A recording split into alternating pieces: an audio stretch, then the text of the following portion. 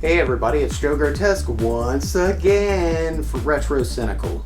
Man, it is really cold out there. I'm so glad to be inside in the warm with you guys. Speaking of which, on this episode I figured we'd do something a little bit different besides the standard game review and look at some of the games in the Retro Cynical collection. I get asked quite a bit about what games are in the collection, and instead of pulling out the crappy ones or the commons, I figured I'd share a few gems Joe. Hey man, let me borrow your Chinese X station. Oh, hi Slow Joe. It's my clone, Slow Joe. Actually, Slow Joe, that's a Japanese PlayStation 2. Well, it says right here that it was made in China. You never cease to amaze me. What's that? I didn't even know you could read. You just think I'm stupid, don't you? Well, I'll show you how stupid I am when I go outside and play with a stick. Aw, Slow Joe, don't go, yo. Man, they really need to outlaw cloning. Thanks, Obama. Well, before we get interrupted again, let's take a look at those games. Seeing as how I'll probably do a series of videos like this in the future, I figure we better start somewhere. And what better place to start than the world of Nintendo? So why not start things off with the very first Famicom cartridge I ever owned. This is just classic Donkey Kong, which was one of the launch titles for the Famicom, and it comes in this really cool little tiny cardboard case. I really dig it.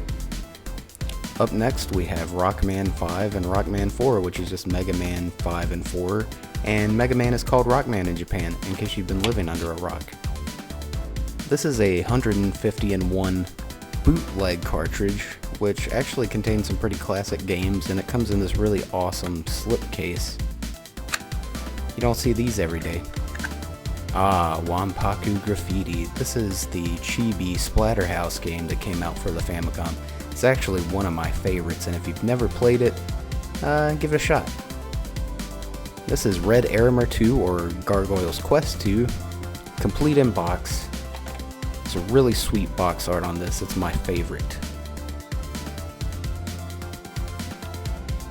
This is an NES port of the Atari 2600 porn game, Beat 'em and Eat 'em. This actually has way better graphics, and it's actually a very hard game, pun intended.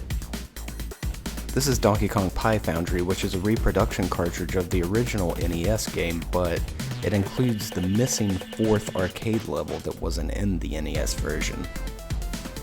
Now at first glance this is nothing really special other than being the complete NES Teenage Mutant Ninja Turtles game, but it's signed by the guy that did the box art, Michael Dooney.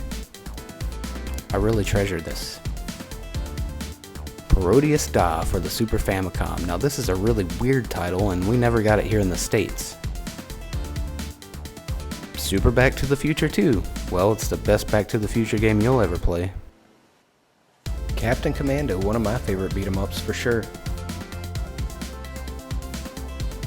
This is a German Smurf Super Nintendo game. Hagane. Yeah, I'm not paying hundreds of dollars for the American release of this game, so this will do just fine. This is my Japanese Super Mario All-Stars. It's pretty much the same as the American version, though Super Mario Bros. 2 is called Super Mario Bros. USA, and the Lost Levels is called Super Mario Bros. 2.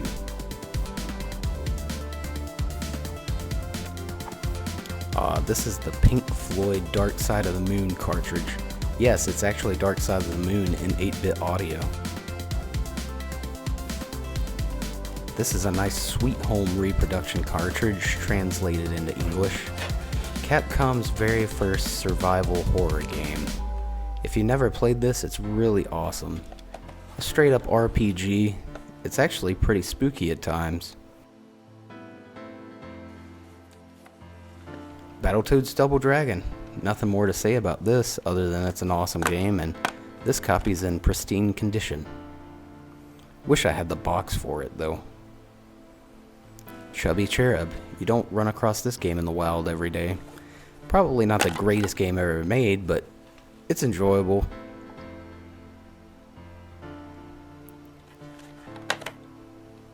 Chiller. Now if you haven't played this, then you haven't lived. No, I'm just kidding.